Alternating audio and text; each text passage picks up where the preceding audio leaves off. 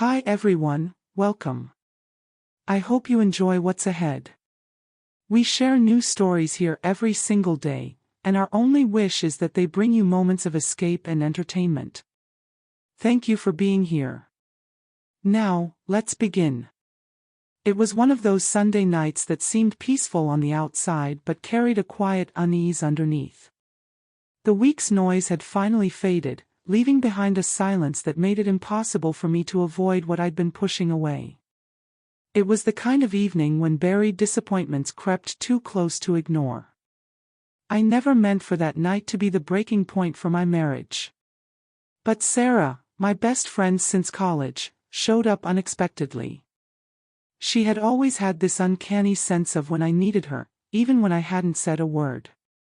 We sat on the couch together, sinking into the sagging cushions, a single lamp casting soft shadows across the room. Between us sat a half-empty bottle of wine, easing my guard with each sip. Nathan was upstairs, or so I thought, probably rummaging through old boxes or tinkering with another project he'd never finish. Lately, he had gotten good at keeping himself busy, especially since our conversations had dwindled down to the bare minimum: talk about groceries, bills, or the thermostat. The warmth that once connected us had thinned, fragile and brittle. Our silences had grown louder than anything we managed to say. That night, I couldn't pretend anymore. "I don't know, Sarah," I whispered, pressing my fingers to my temples. "Sometimes I wish I hadn't married him." The moment the words escaped, something inside me twisted. The air itself seemed colder.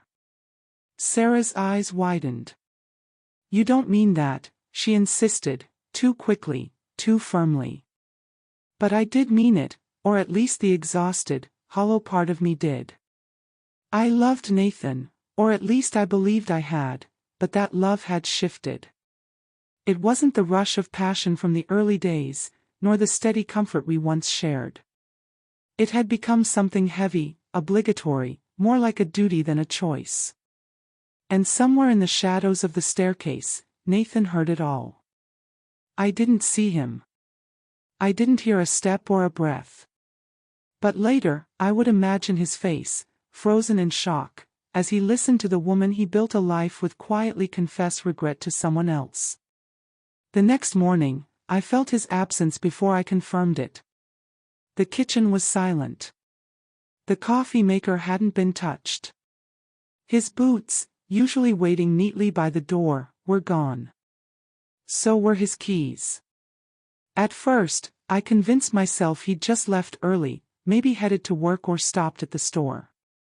But unease gnawed at me. He always kissed me goodbye, even on our worst mornings, especially then. By midday, panic set in. I called his phone. It rang until it went to voicemail. I sent a text. No reply. Sitting at the kitchen table, staring at my laptop, I saw it, one unread email. His name. The subject line, "Farewell." My hands shook as I opened it. "I heard you last night. I wasn't meant to, but I did. You weren't angry, you weren't shouting. You were just honest. And that honesty broke me. I gave you everything I had. I kept showing up even when it was hard. But all this time, you've been regretting me.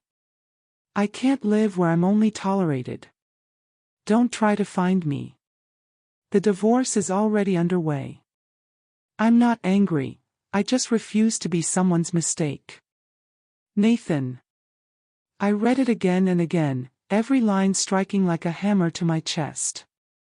There was no anger, no begging, just quiet finality.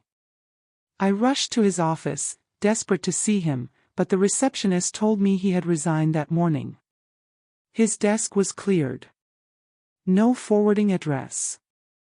By afternoon, his phone was disconnected, his social media erased.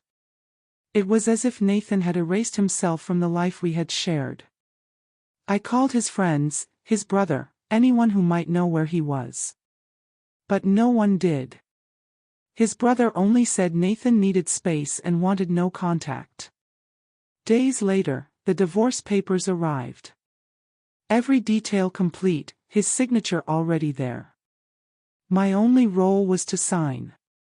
It wasn't a conversation. It was a conclusion. I thought I would feel angry, but instead, guilt consumed me. A grief so sharp it felt unbearable. Not just grief over losing Nathan, but over the love I had let wither. I remembered the way he used to look at me as if I was the best thing that had ever happened to him. The little notes on the fridge. The way he rubbed my back when I couldn't sleep. He hadn't stopped trying. I had. And the cruelest part. I hadn't even said those words to him. I said them about him, assuming he wasn't listening. That kind of betrayal, the quiet kind, cut deeper than any fight ever could, because it wasn't anger that fueled it. It was truth. Months slipped by. I tried everything, searching, calling, even hiring a private investigator. But Nathan was gone completely. No address. No trace. No sign of him anywhere. He hadn't just left me. He disappeared to protect his peace. And in time, I understood. Hearing those words hadn't just wounded him, it confirmed what he must have already feared, that I had stopped choosing him, that I was staying out of habit, not love. So he did the hardest, bravest thing. He let go. Even now, some nights I lie awake, wondering where he is, if he's happy, if someone else wakes beside him, grateful, knowing he's the best decision they ever made. Because he was mine. I just realized it far too late. Nathan didn't leave with anger. He didn't make a scene. He didn't leave a mess. He simply disappeared, carrying with him only the echo of a truth I could never take back. And it's that echo I will regret for the rest of my life.